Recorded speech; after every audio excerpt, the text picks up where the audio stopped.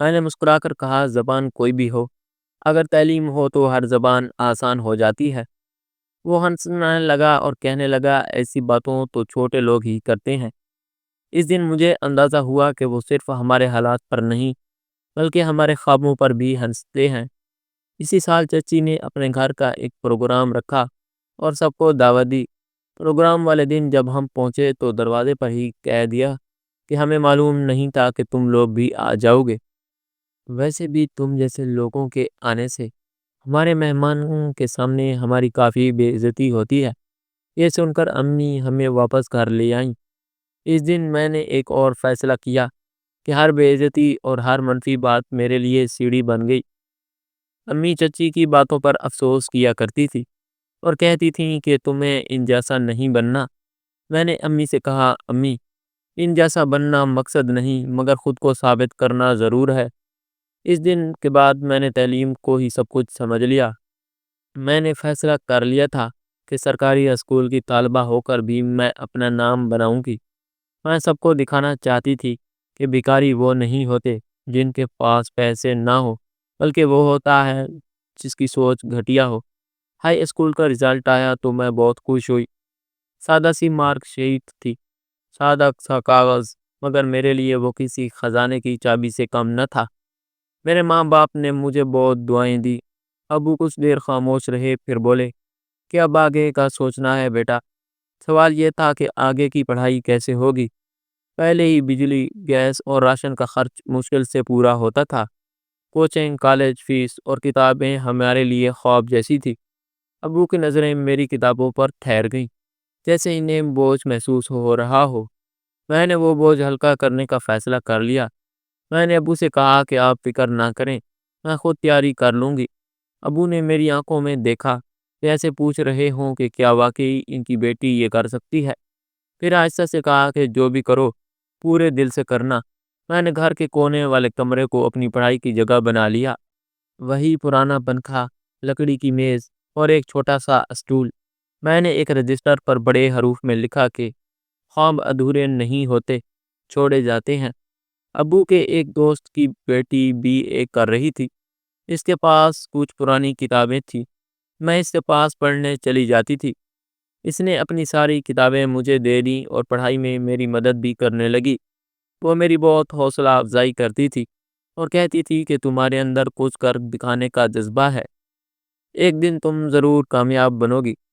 اس نے مجھ سے پوچھا کہ تم کیا بننا چاہتی ہو؟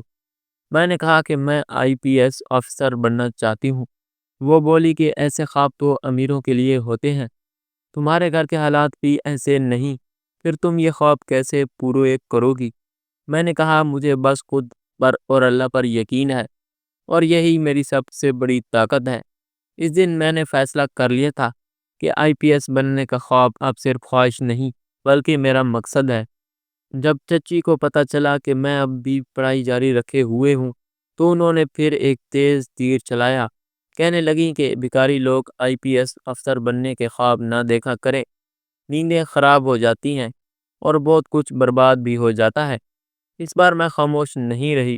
میں نے کہا، خواب وہی دیکھتا ہے جو جاگتا ہے، سوتے ہوئے تو صرف سائے آتے ہیں۔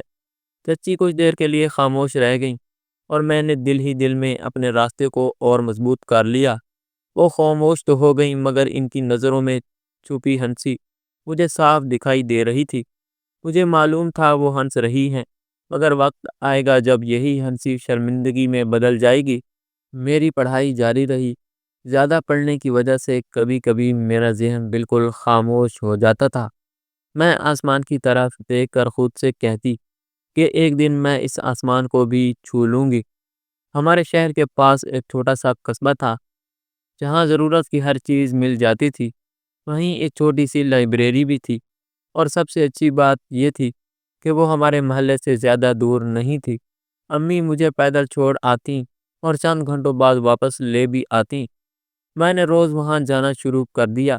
جگہ چھوٹی تھی مگر بہت پرسکون۔ ایک دن وہاں ایک بزرگ نے مجھے دیکھا اور پوچھا کہ بیٹی تم یہاں روز آتی ہو، کیا پڑھتی ہو؟ میں نے کہا، انکل، میں سول سروس افسر بننے کی تیاری کر رہی ہوں۔ وہ مسکرا کر بولے کہ ہمت ہے تم میں ریٹائرڈ پروفیسر ہوں، اگر کچھ سمجھ نہ آئے تو میری مدد لے لینا۔ یہ چھوٹے چھوٹے لوگ میرے سفر کا بہت بڑا سہارا بن گیا۔ ابو کبھی کبھار میرے نوٹس دیکھتے تو فوراً نظریں ہٹا لیتے۔ میں جانتی تھی کہ وہ فخر محسوس کرتے ہیں مگر ظاہر نہیں کرتے۔ ایک دن میں نے ان سے کہا کہ جب میں افسر بن جاؤں گی تو سب سے پہلے آپ کے لیے نئی ٹیکنالوجی کی سلائی مشین خریدوں گی۔ ابو مسکرا کر بولے، مشین نہیں بیٹا، بس اللہ تعالیٰ سے دعا کرو کہ میری بیٹی کامیابی کی بلندیوں تک پہنچ جائے۔ اس لمحے مجھے احساس ہوا کہ ابو میری کامیابی سے زیادہ میرے ارادے سے خوش ہیں۔ اب میں صرف امتحان کی تیاری نہیں کر رہی تھی بلکہ اپنے پورے وجود کو اس خواب کے مطابق ڈھال رہی تھی۔ میں ایک معمولی درزی کی بیٹی تھی مگر میرے اندر حوصلہ جاگ چکا تھا، اور ایک دن یہی حوصلہ دنیا کے سامنے آنا تھا۔ ابو کے دوست کی بیٹی پریانکا کے ساتھ میری پڑھائی اچھی چل رہی تھی۔ ہر دن کچھ نیا سیکھتی اور پھر خود ہی اپنی جانچ بھی کرتی، جیسے میرے اور وقت کے درمیان کوئی مقابلہ چل رہا ہو۔ اس کے پاس ٹچ موبائل تھا اور گھر میں وائی فائی بھی لگا ہوا تھا۔ میں نے ابو سے اجازت لی اور اس گھر جا کر انٹرنیٹ سے مواد نکال کر پڑھنے لگی۔ روزانہ 1 گھنٹہ اس کے موبائل پر مختلف چیزیں سرچ کرتی۔ وہ 1 گھنٹہ میرے دن کا سب سے قیمتی وقت ہوتا۔ پریانکا اس سفر میں میری بہت مدد کر رہی تھی۔ گھر واپس آ کر بھی میں پڑھائی میں لگی رہتی۔ امی کہتی، بیٹا تھک گئی ہوگی، تھوڑا آرام بھی کر لیا کرو۔ میرا ایک ہی جواب ہوتا کہ اگر آج آرام کیا تو ساری زندگی آرام میں گزر جائے گی۔ گھر میں امی میرے ساتھ تھیں مگر چچی کی زبان دن بدن تیز ہوتی جا رہی تھی۔ ایک دن جب ابو ان کے گھر کپڑے دینے گئے تو واپسی پر ان کے چہرے پر عجیب سی خاموشی تھی۔ میں نے کچھ نہیں پوچھا مگر شام کو چچی کی آواز گلی میں گونج رہی تھی کہ مجھے تو دبئی میں بیٹھے میرے شوہر نے ہر سہولت دی ہے، اور یہ ہمارے جیٹ صاحب ہیں جو اب تک گلی کی سلائی مشین چلاتے ہیں۔ ابو دروازے کے پاس بیٹھے تھے، انہوں نے صرف نظریں جھکا لیں اور میں بھی خاموش رہی، مگر میرا دل جھکنے کی بجائے اور مضبوط ہو چکا تھا۔ اب مجھے خاموشی برداشت نہیں تھی۔ ایک دن چچی کی بیٹی میرے پاس آئی اور کہنے لگی کہ امی کہتی ہیں کتابیں لے کر لائبریری جا کر کیا کرتی ہو؟ کوئی کام ہی کر لو، کوئی نوکری ہی ڈھونڈ لو، تم جیسے لوگ تو برتن جھاڑو کے کام آتے ہیں۔ میں نے کہا، میں برتن بھی دھو لوں گی اور تمہاری سوچ بھی، مگر وقت آنے پر۔ وہ ہنس کر بولی، یہ سوچ نہیں حقیقت ہے، تم جتنا مرضی پڑھ لو، کچھ لوگ ہمیشہ نیچے ہی رہتے ہیں۔ میں نے خاموشی سے دروازہ بند کر دیا۔ کچھ باتوں کا جواب صرف وقت ہی دیتا ہے۔ اس کے بعد میں نے اپنی تعلیم پر اور زیادہ توجہ دی اور اپنا روٹین بدل لیا۔ صبح جلدی اٹھنا، دن میں امی کے ساتھ گھر کے کاموں میں ہاتھ بٹانا، اور پھر صرف پڑھائی۔ میرے لیے وقت کا ایک لمحہ بھی ضائع نہیں ہوتا تھا۔ امی کہتی تھیں، بیٹا تھک جاتی ہوگی۔ میں کہتی، امی میں خود کو نہیں بلکہ اپنے ابو کی عزت کو مضبوط کرنا چاہتی ہوں۔ محلے کی عورتیں بھی اب چچی کی باتوں میں آنے لگی تھی۔ کوئی پیٹھ پیچھے کہتی کہ درزی کی بیٹی افسر بننے چلی ہے، کوئی ہنس کر کہتی خواب دیکھنے کی بھی کوئی حیثیت ہوتی ہے۔ میں نے امی کو بتایا تو وہ مسکرا کر بولی، بیٹا لوگ پیٹھ پیچھے بادشاہ کو بھی برا کہتے ہیں، اور تم پھر بھی ایک عام انسان ہو۔ ہر دن چچی ہمارے خلاف نیا تانا سوچتی تھی۔ ایک دن کہنے لگی کہ تمہیں کتابیں اور نوٹس دے کر کیا لگتا ہے کہ تم افسر بن جاؤ گی؟ تم جیسے لوگ تو فائلیں اٹھانے کے بھی قابل نہیں۔ اس بار ابو بھی وہیں بیٹھے تھے۔ میں نے ان کی طرف دیکھا تو انہوں نے آنکھیں بند کر لیں، جیسے سب کچھ برداشت کرنا اب ان کی عادت بن چکا ہو۔ رات کو میں نے ابو سے پوچھا کہ آپ چچی کی غلط باتوں کا جواب کیوں نہیں دیتے؟ انہوں نے آہستہ سے کہا، بیٹا جواب دینے سے آواز اونچی ہوتی ہے، مقام نہیں، اور مجھے تم پر پورا یقین ہے۔ یہ پہلی بار تھا جب ابو نے کھل کر کہا کہ انہیں مجھ پر مکمل اعتماد ہے۔ مجھے لگا جیسے کسی نے میرے ہاتھ میں دنیا کی ساری طاقت دے دی ہو۔ میں جانتی تھی کہ اب مجھے پیچھے نہیں ہٹنا۔ جب میں سول سروس کی امتحان دینے جا رہی تھی تو ابو نے پوچھا کہ بیٹا تمہیں کیا لگتا ہے، کیا تم یہ کر لو گی؟ میں نے کہا، ابو مجھے پورا یقین ہے۔ ابو کافی دیر تک مجھے دیکھتے رہے، پھر بولے، جب تم پیدا ہوئی تھی تو میں نے کبھی نہیں سوچا تھا کہ اللہ تعالیٰ نے تمہیں ہماری تقدیر بدلنے کے لیے بھیجا ہے۔ میں نے دل میں سوچا کہ شاید تقدیر پہلے سے لکھی ہوتی ہے، مگر جو اسے اپنے عمل سے لکھنا جان لے، اسے کوئی مٹا نہیں سکتا۔ اب میرا خواب صرف ایک خواب نہیں رہا تھا، بلکہ ایک ایمانت بن چکا تھا جو مجھے ہر حال میں پوری کرنی تھی۔ اب وہ صرف ایک مقصد نہیں رہا تھا، بلکہ میرے اندر جلتی ہوئی آگ بن چکا تھا۔ ایک دن میں نے فیصلہ کر لیا کہ یہ محلہ، یہ تنگ گلیاں اور یہ سازشیں میرے راستے کی رکاوٹ بن رہی ہیں۔ میں نے طے کر لیا کہ اب اگلا قدم شہر کی طرف ہوگا۔ یہاں امتحان کی تیاری کے لیے بہتر ماحول ہوگا، کتابیں ہوں گی اور خود کو ثابت کرنے کا موقع بھی ملے گا۔ میں نے ابو سے بات کی کہ میرا کالج شہر میں ہی ہے اور میں امتحان دینے کے لیے تو مجھے وہاں جانا ہی ہے۔ میں چاہتی ہوں کہ کچھ دن شہر میں ہی رہوں اور وہیں رہ کر پڑھائی کروں، تاکہ یہاں کی فضول باتوں سے میرا دھیان ہٹ سکے۔ ابو بولے کہ بیٹا، مگر وہاں کہاں رہو گی؟ میں نے کہا وہاں ایک چھوٹا سا فلیٹ کرائے پر لے لوں گی، بچوں کو ٹیوشن پڑھا لوں گی، کچھ پیسے میرے اکاؤنٹ میں جمع ہیں وہ بھی نکال لوں گی۔ ابو نے میری طرف دیکھا اور پہلی بار فوراً ہی ہاں کر دی۔ شاید وہ بھی اب اس ماحول سے تھک چکے تھے۔ ان کے پاس ایک پرانی سلائی مشین پڑی تھی، انہوں نے وہ بھی بیچ دی۔ جب چچی کو یہ بات پتہ چلی تو وہ دروازے پر آ کھڑی ہو گئیں اور کہنے لگیں کہ کہاں جا رہی ہو؟ ابو نے سادہ سا جواب دیا کہ شہر جا رہے ہیں، کچھ وقت کے لیے۔ چچی ہنس کر بولیں، شہر جا کر کیا کرو گی؟ کوئی سفارش لگاؤ گی یا بس خوابوں کے پیچھے بھاگنے جا رہی ہو؟ ہم نے کوئی جواب نہیں دیا، سامان اٹھایا اور پیچھے مڑے بغیر باہر نکل آئے۔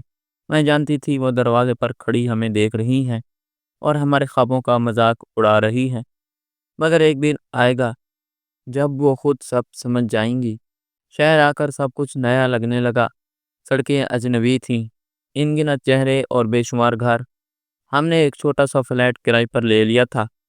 اس کی چھت ٹپکتی تھی اور باتھ روم کی نل ہمیشہ رس رہی ہوتی تھی، مگر وہاں وہ گھٹن نہیں تھی جو پرانے محلے میں تھی۔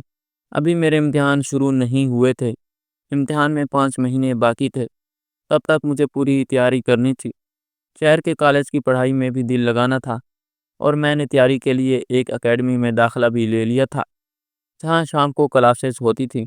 دن میں ایک محلے میں بچوں کو ٹیوشن پڑھانے لگی اور کبھی کبھار رات کو 1-2 گھنٹے کے لیے لائبریری میں بیٹھ جاتی تھی۔ ساتھ ساتھ میری ٹریننگ بھی چل رہی تھی۔ میری دنیا اب محدود سی ہو گئی تھی، مگر میرا مقصد دن بدن صاف ہوتا جا رہا تھا۔ چند دن بعد پرینکا کا فون آیا۔ اس نے کہا، سنا ہے تم ٹریننگ کے لیے شہر چلی گئی ہو۔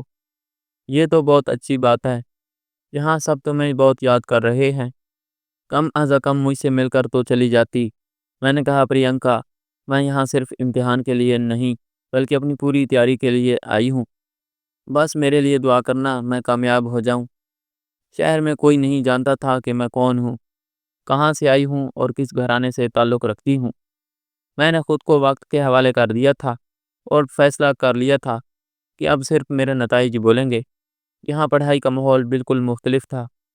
لوگ صرف نمبروں کے پیچھے نہیں تھے بلکہ مقابلے میں تھے، ہر چیز ناپی جاتی تھی۔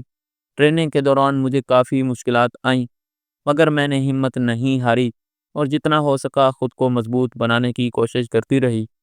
میں جانتی تھی کہ میں یہاں صرف محنت کرنے نہیں بلکہ خود کو ثابت کرنے آئی ہوں۔ کالج میں میری ملاقات سنیہا سے ہوئی۔ وہ ایک بڑے افسر کی بیٹی تھی اور امیر گھرانے سے تعلق رکھتی تھی۔ ہم دونوں نے مل کر گروپ اسٹڈی شروع کر دی۔ ایک دن میں نے اس سے کہا، تمہارے پاس تو سب کچھ ہے، پھر بھی اتنی محنت کیوں کر رہی ہو؟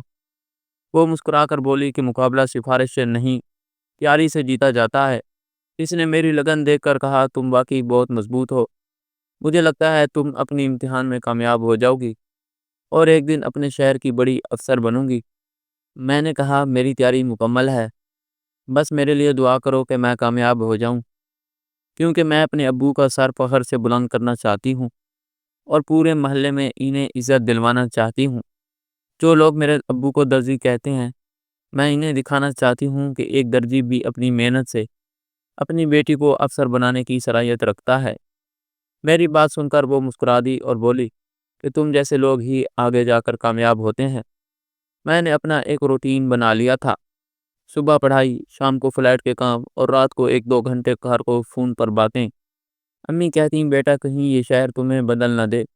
میں کہتی نہیں امی، یہ شہر مجھے وہ بنا رہا ہے جو میں بچپن سے بننا چاہتی تھی۔ میرے ماں باپ سے میرے بغیر ایک ہفتہ بھی نہیں گزارا گیا۔ انہوں نے بھی اپنا سامان باندھا اور میرے فلیٹ میں آ کر میرے ساتھ رہنے لگے۔ کہنے لگے بیٹا ہمیں معلوم ہے تم ہمارے بغیر اپنا خیال نہیں رکھ سکو گی۔ اب ہمارے لیے تو بس تم ہی ہو۔ اس دنیا میں تمہارے سوا ہمارا ہے ہی کون۔ ابو اپنی سلائی مشین بھی ساتھ لے آئے۔ اگلے ہی دن انہوں نے مشین کا سیٹ اپ لگایا اور اس کی مرمت شروع کر دی۔ میں نے پوچھا ابو آپ یہاں کس کے لیے کپڑے سی رہے ہیں؟ وہ مسکرا کر بولے اس محلے کی ایک عورت نے بتایا ہے کہ ان کے گھر شادی ہے۔ میں نے کہا تھا میں درزی ہوں اور اچھی سلائی کرتا ہوں، تو انہوں نے کہا ٹھیک ہے۔ انہوں نے کہا ہم اپنے گھر کی شادی کے سارے کپڑے تمہیں ہی دے دیتے ہیں۔ اب تم یہاں پڑھنے کے لیے آئی ہو اور ہم بھی تمہارے پیچھے پیچھے آ گئے ہیں، تو پھر گزارا کیسے چلے گا؟ مجھے بھی تو کچھ نہ کچھ کرنا پڑے گا نا بیٹا۔ میں نے مسکرا کر جواب دیا ابو بس تھوڑا سا اور وقت ہے، پھر آپ سلائی نہیں بلکہ فخر کا کام کریں گے۔ امی بولیں کہ بیٹا تم اپنے دماغ میں اتنی ساری باتیں اور پڑھائی کا سب کچھ ایک ساتھ کیسے سنبھال لیتی ہو؟ میں نے کہا امی میرے اندر بہت جگہ ہے، بس کامیابی آنے میں دیر ہے۔ محلے کے زیادہ تر لوگوں کو ابھی معلوم نہیں تھا کہ ہم یہاں آ گئے ہیں، جو ہر وقت سوال کیا کرتے تھے اب خاموشی سے اپنے گھروں میں بیٹھے تھے۔ ایک دن پریانکا نے فون کر کے بتایا کہ تمہاری چچی نے محلے میں سب کو بتا دیا ہے کہ تمہارے ابو قرض کی وجہ سے شہر چلے گئے ہیں۔ میں نے کہا ٹھیک ہی تو کہا ہے، فرق بس اتنا ہے وہ قرض پیسوں کا نہیں عزت کا ہے، اور میں وہی اتارنے یہاں آئی ہوں۔ اب میرا دن ٹریننگ، ٹیوشن اور خود کو بہتر بنانے میں گزرتا تھا۔ ابو اور امی میرے ساتھ تھے اور میں ان کی آنکھوں میں اپنے لیے یقین دیکھتی تھی۔ ہم یہاں مسوری میں کافی مطمئن تھے کیونکہ سول سروس کی ٹریننگ یہیں ہوتی تھی۔ میں نے اپنے ماں باپ کی آنکھوں میں وہ بے فکری دیکھی جو برسوں سے غائب تھی۔ یہاں ٹریننگ کرتے ہوئے 3 مہینے گزر چکے تھے، تیاری کی رفتار بہتر ہو رہی تھی اور ابو امی ابھی نئے ماحول سے کچھ حد تک خوش ہو گئے تھے۔ یہاں کے لوگوں نے بھی ابو سے کپڑے سلوانا شروع کر دیے تھے اور کچھ خرچ میری ٹیوشن سے پورا ہو جاتا تھا۔ دل کو سکون تھا، مگر ایک دن ایسا آیا کہ یہ سارا سکون بغیر آواز کے بکھر گیا۔ اس دن میں پڑھائی میں مصروف تھی کہ ابو کے پاس ایک فون آیا۔ نمبر دے کر ان کی آنکھوں میں ہلکی سی حیرت نظر آئی۔ یہ میرے چچا کا نمبر تھا۔ کئی سالوں بعد انہیں اپنے بڑے بھائی کی یاد آئی تھی۔ 2 منٹ کی مختصر بات ہوئی۔ ابو نے فون سنا، چند جملے کہے، سر ہلایا اور بس اتنا کہا یہ تو بہت اچھی بات ہے، اللہ تمہیں اور ترقی دے، مبارک ہو۔ فون رکھتے ہی وہ خاموش ہو گئے۔ میں نے پوچھا ابو کیا ہوا؟ انہوں نے بتایا کہ بیٹا موہت ایس پی بن گیا ہے اور اسی خوشی میں انہوں نے ایک پارٹی رکھی ہے، سب کو بلایا ہے۔ میں نے پوچھا اور ہمیں؟ ابو نے نظریں چرا کر کہا نہیں نہیں ہمیں نہیں بلایا، شاید اب ہم ان کے لیے بہت دور ہو گئے ہیں، یا پھر انہوں نے ہمیں اپنے رشتہ دار ہی نہیں سمجھا۔ یہ سن کر کمرے میں خاموشی چھا گئی۔ کچھ دیر بعد امی بولیں کہ چلو موہت کو مبارک ہو، ہمیں نہ بلاتے مگر آپ تو اس کے بڑے تایا تھے، آپ کو تو بلانا ہی چاہیے تھا۔ خیر ان کی مرضی، میں جانتی تھی کہ امی خود کو تسلی دے رہی ہیں اور ابو کو ایک بار پھر سے سب کچھ برداشت کر رہے ہیں، مگر اس دن کچھ بدل چکا تھا۔ ابو کے چہرے پر ناراضی نہیں بلکہ ایک خالی پن تھا، جیسے کوئی دروازہ ہمیشہ کے لیے بند ہو گیا ہو۔ شام کو جب امی مجھے کھانے کے لیے بلانے آئیں تو میں نے دیکھا کہ ابو خاموش بیٹھے تھے، کھانا نہیں کھا رہے تھے۔ پھر اچانک ان کی آنکھوں سے آنسو بہنے لگے اور انہوں نے کہا کہ جب موہت چھوٹا تھا اور اسے اسکول جانے کا شوق ہوا تھا تو میں نے اپنی کمائی سے اسے کا اسکول میں داخلہ کروایا تھا، اس کے لیے کتابیں خریدی تھی۔ اس وقت تمہارے چچا دبئی جانے کی تیاری میں لگے ہوئے تھے، جانے کے داخلے کے وقت بھی پیسے کم پڑ رہے تھے۔ تب میں نے اپنے سارے خرچ چھوڑ کر ان کی مدد کی، تہذیب کچھ چھوڑ کر سب سے پہلے انہوں نے ان کا کام پورا کیا تھا۔ شاید مجھے ان سے کوئی امید نہیں رکھنی چاہیے تھی۔ میں نے ابا جان سے کہا کہ آپ نے جو کیا وہ آپ کی بڑائی تھی، مگر ان کی کمظرفی کی قیمت آپ خود کو اداس رکھ کر کیوں ادا کر رہے ہیں؟ ابا جان نے آہستہ سے کہا بیٹا رشتے نبھاتے رہو، چاہے سامنے والا پہچانے یا نہ پہچانے، بس کبھی کبھی دل بہت خالی سا ہو جاتا ہے۔ اگلے دن موہت نے اپنے گھر کی تقریبی تصویریں سوشل میڈیا پر اپلوڈ کی۔ ان کی پوری فیملی بہت خوش دکھائی دے رہی تھی۔ ہمارے تمام رشتہ دار بھی وہاں موجود تھے، اگر کوئی نہیں تھا تو وہ ہم تھے۔ پرینکا نے مجھے پیغام بھیج کر کہا، تمہارے چچا نے تمہیں دعوت نہیں دی، سب تمہارے بارے میں باتیں کر رہے تھے۔ میں نے اسے کوئی جواب نہیں دیا، صرف اتنا کہا کہ ہم کامیابی کی تقریبات میں نہیں جاتے، ہم وقت آنے پر اپنی کہانی لے کر آئیں گے۔ اس رات امی کافی دیر تک جاگتی رہیں۔ میں ان کے پاس جا کر بولی، امی کیا سوچ رہی ہو؟ انہوں نے کہا، ہاں بیٹا سوچ رہی ہوں، اگر ہم وہاں ہوتے تو ان کا کیا بگڑ جاتا۔ تمہارے ابا اپنے رشتہ داروں کی کتنی عزت کیا کرتے تھے، آج اگر ہمارے حالات خراب ہیں تو سب نے ہمیں چھوڑ دیا۔ میں نے امی کے کندھے پر ہاتھ رکھا اور کہا، امی ایک دن ایسا آئے گا جب یہی سب لوگ ہمارے دروازے پر ہوں گے۔ ابا جان نے تقریب ایک ہفتے تک اپنی بھائی یا بھتیجے کے بارے میں کوئی بات نہیں کی۔ وہ روز اسرائی کرتے اور شام کو چائے کے ساتھ اخبار پڑھتے تھے۔ میں نے محسوس کیا وہ خبریں کم اور خود کو زیادہ پڑھ رہے تھے۔ ایک دن میں نے ان کے سامنے اخبار رکھ کر پوچھا، ابا اگر اس دن اس اخبار میں میری تصویر کے ساتھ خبر چھپ جائے تو آپ کو کیسا لگے گا؟ انہوں نے کچھ دیر مجھے دیکھا، پھر آہستہ سے بولے، بیٹا اب میں اس اخبار کو بہت سنبھال کر رکھوں گا تاکہ زندگی بھر کے لیے میرے حصے کی خوشی محفوظ رہے۔ میں جانتی تھی کہ اب میرا امتحان شروع ہو چکا ہے، صرف IPS کا نہیں بلکہ ان زخموں پر مرہم رکھنے کا بھی، جو موت کی کامیابی اور ہماری بے خبری نے دیا تھا۔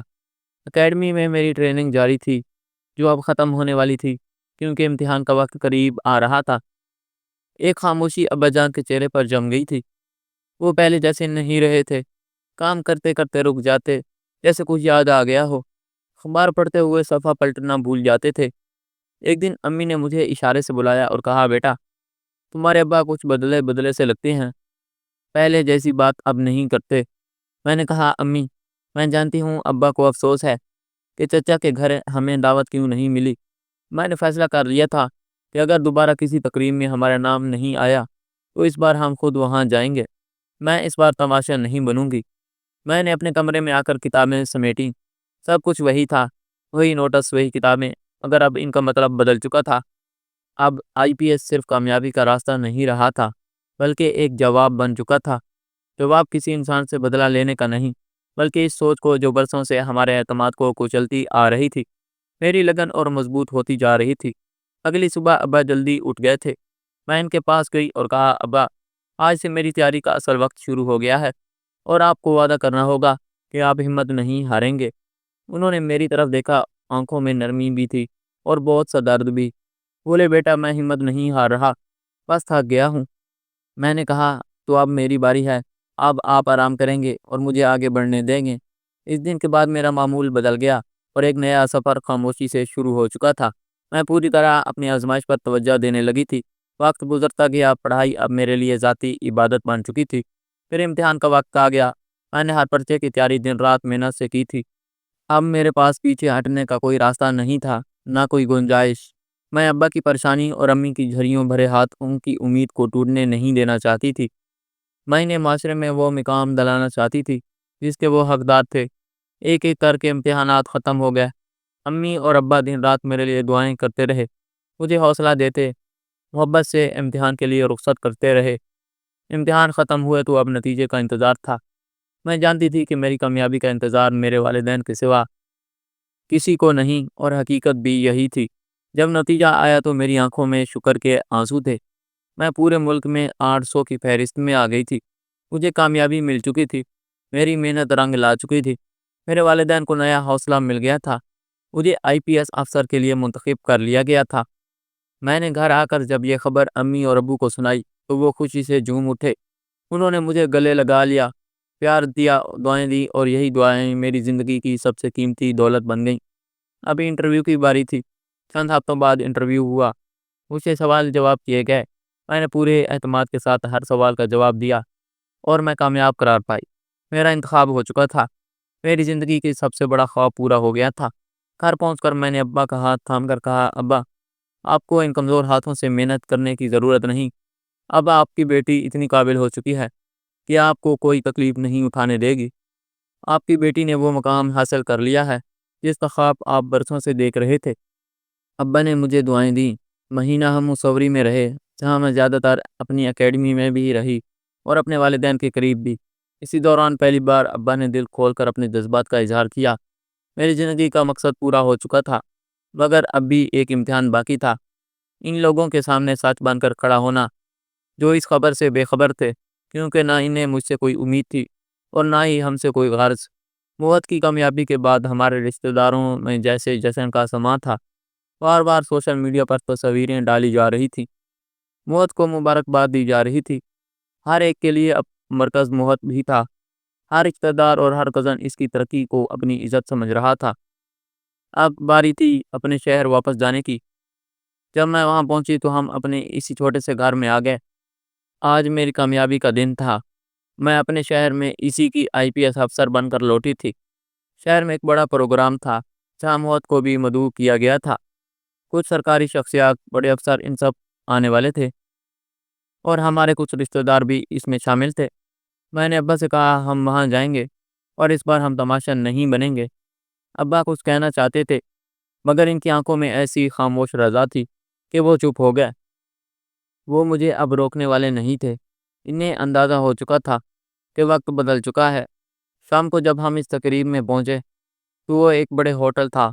دروازے پر مہمانوں کا ہجوم تھا، لوگوں کی بھیڑ تھی اور فضا میں ایک عجیب سی گونج تھی جو آنے والے لمحوں کی گواہ بننے والی تھی۔ سیکورٹی خاصی سخت تھی۔ جیسے ہی ہم دروازے کے قریب پہنچے، ایک گارڈ نے ہاتھ اٹھا کر روک لیا اور اندر جانے کے لیے شناختی کارڈ مانگا۔ میں نے پرس سے اپنا کارڈ نکال کر دے دیا۔ گارڈ نے کارڈ دیکھا، پھر فوراً سیدھا ہو کر سلیوٹ کیا اور بولا ویلکم میڈم، ہم آپ ہی کا انتظار کر رہے تھے۔ ابا نے خوشی اور حیرت سے اس کی طرف دیکھا۔ میں نے بس ان کا ہاتھ تھام لیا اور کہا آئیں اندر چلتے ہیں۔ اندر ہجوم تھا، کچھ لوگوں نے مجھے پہچان لیا اور کچھ نے اندازہ لگایا، مگر جنہوں نے پہچان لیا تھا ان کے چہروں سے حیرت چھپ نہ سکی۔ وہ اسٹیج پر کھڑا تھا اور سچی کرسی پر بیٹھی ہوئی تھی۔ جیسے ہی ان کی نظر ہم پر پڑی تو ان کی پیشانی پر بل پڑ گئے۔ انہوں نے فوراً گارڈ کو اشارہ کیا کہ ان لوگوں کو باہر نکالو۔ گارڈ ہماری طرف بڑھے۔ ابا نے ایک قدم پیچھے ہٹا لیا مگر میں اپنی جگہ پر کھڑی رہی۔ جیسے ہی گارڈ قریب آئے ان میں سے ایک نے مجھے پہچان لیا۔ وہ رو گیا اور بلند آواز میں بولا میڈم آپ یہاں، ہمیں تو بتایا ہی نہیں گیا تھا کہ آپ بھی تشریف لا رہی ہیں۔ دوسرے گارڈ نے بھی سلوٹ کیا۔ پھر پوری محفل میں شور مچ گیا کہ IPS میڈم آ گئی ہیں۔ حال میں جیسے ایک ہلچل سی مچ گئی، سب کی سانسیں تھم گئیں۔ یہی لمحہ ہمارے لیے پہچان کا اعلان بن چکا تھا۔ سب لوگ ہمیں دیکھ رہے تھے۔ موت بڑا بڑبڑانے لگا یہ کیا مذاق ہے، یہ IPS کیسے بن سکتی ہے؟ ایک عورت نے کہا یہی تو وہ لڑکی ہے نا۔ تب موت آگے بڑھا اور میری طرف دیکھ کر بولا تم نے بتایا کیوں نہیں؟ میں نے مسکرا کر کہا کبھی موقع ہی نہیں ملا۔ چچی چیخنے لگی یہ سب جھوٹ ہے، ایک درزی کی بیٹی IPS کیسے بن سکتی ہے؟ میں نے ان کی طرف دیکھ کر کہا اگر آپ کو یقین نہیں آ رہا مگر آپ کو ماننا ہی پڑے گا۔ وہاں موجود سب لوگ حیران تھے۔ ابا میری طرف دیکھ کر یقین کرنے کی کوشش کر رہے تھے کہ واقعی یہی ان کی بیٹی ہے جسے آج لوگ عزت کی نگاہ سے دیکھ رہے تھے۔ موہت نے کہا اگر یہ سب سچ ہے تو پہلے کیوں نہیں بتایا؟ میں نے کہا کیونکہ جب پہچان خود بولتی ہے تو تعارف کی ضرورت نہیں رہتی۔ لوگ کہنے لگے یہی وہی نئی SP افسر ہے جو اسی سال منتخب ہوئی ہے۔ پھر کچھ لوگوں نے ابا سے کہا ہمیں آپ کی بیٹی پر فخر ہے۔ میں نے بات کاٹتے ہوئے کہا نہیں، کبھی کسی نے مجھے جاننے کی کوشش نہیں کی۔ لوگ میری تصویریں لینے لگے، مجھے اسٹیج کی طرف لے جانے لگا۔ میں نے ابا کا ہاتھ مضبوطی سے تھاما اور اسٹیج تک آ گئی۔ آج میں موت سے بڑے عہدے پر تھی، مجھے وہ عزت مل رہی تھی جو شاید میں نے کبھی خود کو بھی نہیں دی تھی۔ ایک کونے میں کھڑے سیکورٹی اہلکار بھی احترام سے کھڑے تھے اور فضا میں خاموشی کے ساتھ سچ بول رہا تھا کہ وقت واقعی بدل چکا ہے۔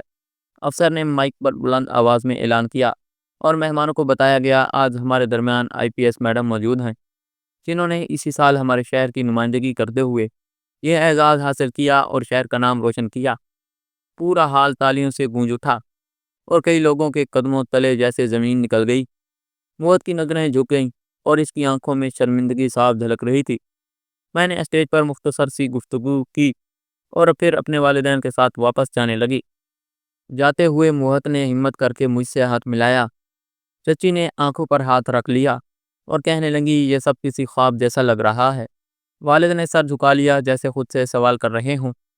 میں نے ان کی طرف دیکھ کر کہا ابا آپ کے صبر کا ہی نتیجہ ہے جو آج عزت بن کر ہمارے سامنے کھڑا ہے۔ لوگ میرے آگے پیچھے گھوم رہے تھے اور میڈیا والے تصاویریں لے رہے تھے۔ وہاں موجود ایک افسر نے میرے قریب آ کر کہا، ہمیں فخر ہے کہ آج آپ ہمارے ساتھ ہیں۔ جب ہم گھر پہنچے تو موت بھی ہمارے گھر آیا اور پوچھنے لگا کہ تم یہاں تک کیسے پہنچی۔ میں نے کہا، تم نے کبھی یہ جاننے کی کوشش ہی نہیں کی کہ میں کن حالات میں آگے بڑھی ہوں۔ میرے والدین بے حد خوش تھے اور ان کے دلوں سے برسوں کا بوجھ اتر چکا تھا۔ کچھ دیر بعد چچی بھی ہمارے گھر آئیں اور کہنے لگیں، بیٹا، میں تم سے معافی مانگنے آئی ہوں۔ میں غلط تھی، مجھے اندازہ نہیں تھا کہ وقت اتنا بدل سکتا ہے۔ میں نے کہا، وقت نہیں بدلا، بلکہ وقت نے آپ کو آئینہ دکھا دیا۔ اب میری پہچان کسی کی محتاج نہیں تھی، میرا مقام خود بول رہا تھا، اور اس مقام تک پہنچنے کی جدوجہد آسان نہیں تھی۔ والد کچھ کہنا چاہتے تھے، مگر انہوں نے سر پر ہاتھ رکھ کر مجھے دعا دی۔ اگلی صبح دفتر پہنچی تو میری میز پر موہت کی فائل رکھی تھی، جس میں اس کے رویے اور شکایت پر اندرونی انکوائری شروع ہو چکی تھی۔ میں نے فائل دیکھی اور پورا دن اسی پر کام کیا، کیونکہ اب یہ معاملہ ذاتی نہیں بلکہ سرکاری ذمہ داری تھی۔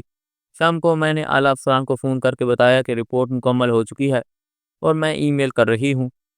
جواب آیا، بہت اچھا، اگر کوئی غیر قانونی بات ثابت ہو تو کارروائی سے پیچھے مت ہٹنا۔ میں نے کہا، قانون سب کے لیے برابر ہے۔ اگلے دن موہت میرے دفتر میں حاضر ہوا اور کرسی پر بیٹھتے ہی بولا، تم نے رپورٹ بھیج دی؟ میں نے کہا، یہ میرا فرض تھا، کیونکہ میں رشتوں سے پہلے ایک افسر ہوں۔ وہ کچھ لمحے خاموش رہا، پھر بولا، میں نے ہمیشہ تمہیں کم سمجھا، آج طاقت کی اصل قیمت سمجھ آئی جو ذمہ داری ہے۔ میں نے کہا، اگر تم ذمہ داری کو سنجیدگی سے لیتے تو یہ دن نہ دیکھنا پڑتا۔ اس کی آنکھوں میں آنسو آ گئے، وہ میرے قدموں میں بیٹھ گیا اور معافی مانگنے لگا۔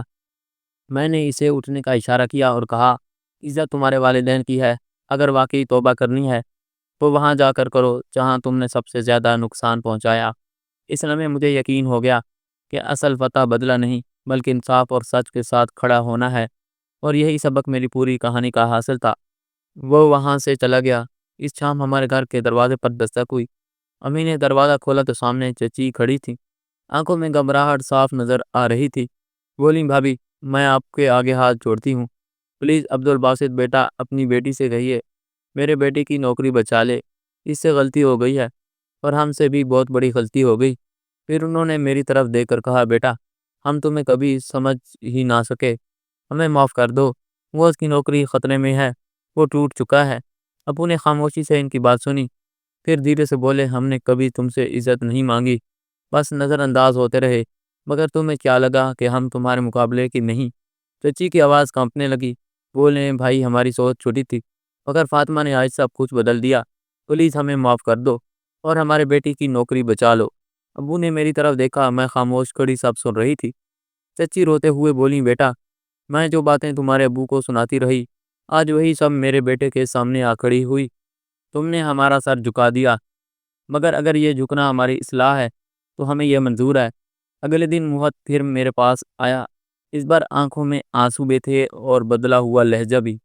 اس نے کہا، میں نے اپنے غرور کو ایک طرف رکھ کر سوچا ہے، اگر تم ایک موقع دو تو میں خود کو بہتر انسان اور افسر ثابت کرنا چاہتا ہوں۔ میں نے فائل بند کی اور کہا، اپنی عزت واپس پانے کے لیے اب تمہیں سفارش نہیں بلکہ انسانیت اختیار کرنا ہوگی۔ یہ لمحہ ان تمام لمحوں کا جواب تھا، جب ہمیں کم سمجھا گیا، ہمارے خوابوں کا مذاق بنایا گیا۔ آج سب کچھ پلٹ چکا تھا اور میرے پاس اختیار تھا، وہ اختیار جو قربانی، وقت اور صبر سے حاصل ہوا تھا۔ آفس میں خاموشی تھی، فائلیں بند ہو چکی تھیں، کارروائی مکمل تھی اور اب صرف رپورٹ کے مطابق فیصلہ باقی تھا۔ مجھے یقین تھا کہ موہت اب خود کو بہتر بنانے کی کوشش کرے گا، مگر پرانی باتیں بھلانا آسان نہیں تھا۔ دوپہر کو کمشنر صاحب کا پیغام آیا۔ انہوں نے کہا، اگر کسی قسم کی سفارش آئے تو ضرور بتانا، مگر رپورٹ مضبوط ہونی چاہیے۔ میں نے جواب دیا، سر، رپورٹ سچ پر مبنی ہے۔ اب وہی رشتہ دار جو کبھی ہمیں پوچھتے بھی نہیں تھے ہمیں اپنے گھر میں بلانے لگے۔ لفظوں میں مٹھاس آ گئی۔ سب کہتے، تمہاری بیٹی نے خاندان کا نام روشن کر دیا۔ چچی بھی بولی، فاطمہ بیٹا، تم نے بہت بڑا کام کیا ہے، ہمیں تم پر فخر ہے۔ میں نے دھیرے سے کہا، فخر اس بات پر ہونا چاہیے کہ آپ نے اپنا رویہ بدلا۔ بہت سر جھکائے بیٹھا تھا، چچی اس کے پاس تھی۔ میں نے کہا، رپورٹ سچ ہے، غلطی صرف دلوں میں تھی۔ ابو نے بات سنبھلتے ہوئے کہا، بیٹا، ہم سب سے غلطی ہو جاتی ہے، مگر گزرے ہوئے وقت کو الزام سے نہیں بلکہ ہم معافی سے سنوارا جاتا ہے۔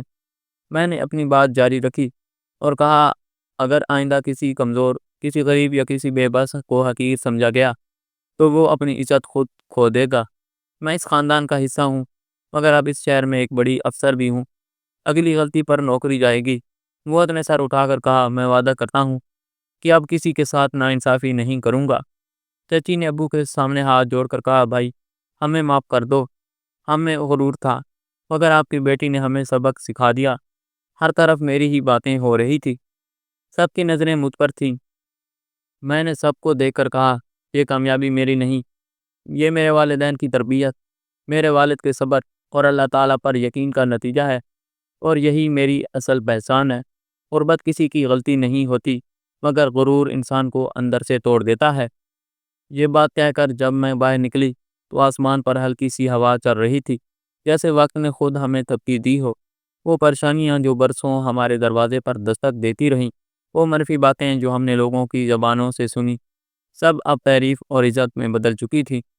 اب لوگ ہمیں سر اٹھا کر دیکھتے تھے، اور میں صرف کسی کی بیٹی نہیں رہی تھی، بلکہ اپنی ایک الگ پہچان بن چکی تھی۔ اب ہر دعوت نامہ میں میرا نام سب سے پہلے لکھا جاتا تھا، اور میں ہر تقریب میں ایک خاص مہمان کی حیثیت سے شامل ہوتی تھی۔ مگر میرے دل میں وہی جذبہ زندہ تھا کہ اگر کبھی میرے کسی فیصلے سے کسی مجبور یا بے بس کا سر جھک جائے تو پھر اس کرسی اور اس عہدے کی کوئی اہمیت نہیں۔ اس دن کے بعد جب بھی ابو اپنی پرانی سلائی مشین کو دیکھتے تو مسکرا کر کہتے ہیں، یہ مشین تو پرانی ہو گئی ہے، مگر جسے اس نے کھڑا کیا وہ آج پورے شہر کی امید بن چکی ہے۔ آج وہی رشتہ دار ہمارے قریب ہیں جو کبھی ہمیں حقیر سمجھتے تھے، مگر میں نے خود کو ہمیشہ اپنے کام تک محدود رکھا، بالکل ویسے ہی جیسے کبھی میں نے خود کو صرف پڑھائی تک محدود رکھا تھا۔ آج میرے والدین سر اٹھا کر باعزت زندگی گزار رہے ہیں۔ فاطمہ کی یہ کہانی ہمیں یہ سبق دیتی ہے کہ محنت، صبر اور خود اعتمادی سے انسان اپنی تقدیر بدل سکتا ہے۔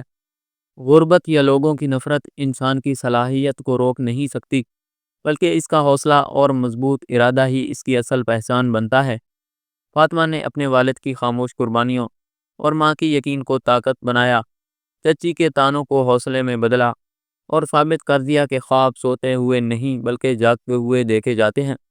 یہ کہانی ہمیں یہ بھی سکھاتی ہے کہ دوسروں کو کم تر سمجھنا یا ان کی محنت کا مذاق اڑانا ہماری تنگ نظری کی علامت ہے۔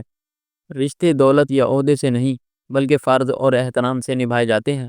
اصل کامیابی وہی ہوتی ہے جو دوسروں کے لیے مثال بنے اور معاشرے میں عزت اور برابری کو فروغ دے۔ ہمیں ہر انسان کی محنت کا احترام کرنا چاہیے، کیونکہ ہر شخص کے اندر کچھ بڑا کرنے کی صلاحیت موجود ہوتی ہے۔ یہ داستان ہمیں یہ پیغام دیتی ہے کہ اخلاق، محنت اور اللہ تعالیٰ پر یقین کے ساتھ ہر رکاوٹ کو عبور کیا جا سکتا ہے۔ دوستو، اگر آپ کو آج کی ہماری یہ کہانی اچھی لگی ہو تو ویڈیو کو لائک ضرور کریں۔ چینل پر نئے ہیں تو ہمارے اس چینل سلطان سٹوریز کو لازمی سبسکرائب کریں۔ ملتے ہیں اگلی ویڈیو میں، تب تک کے لیے اللہ حافظ۔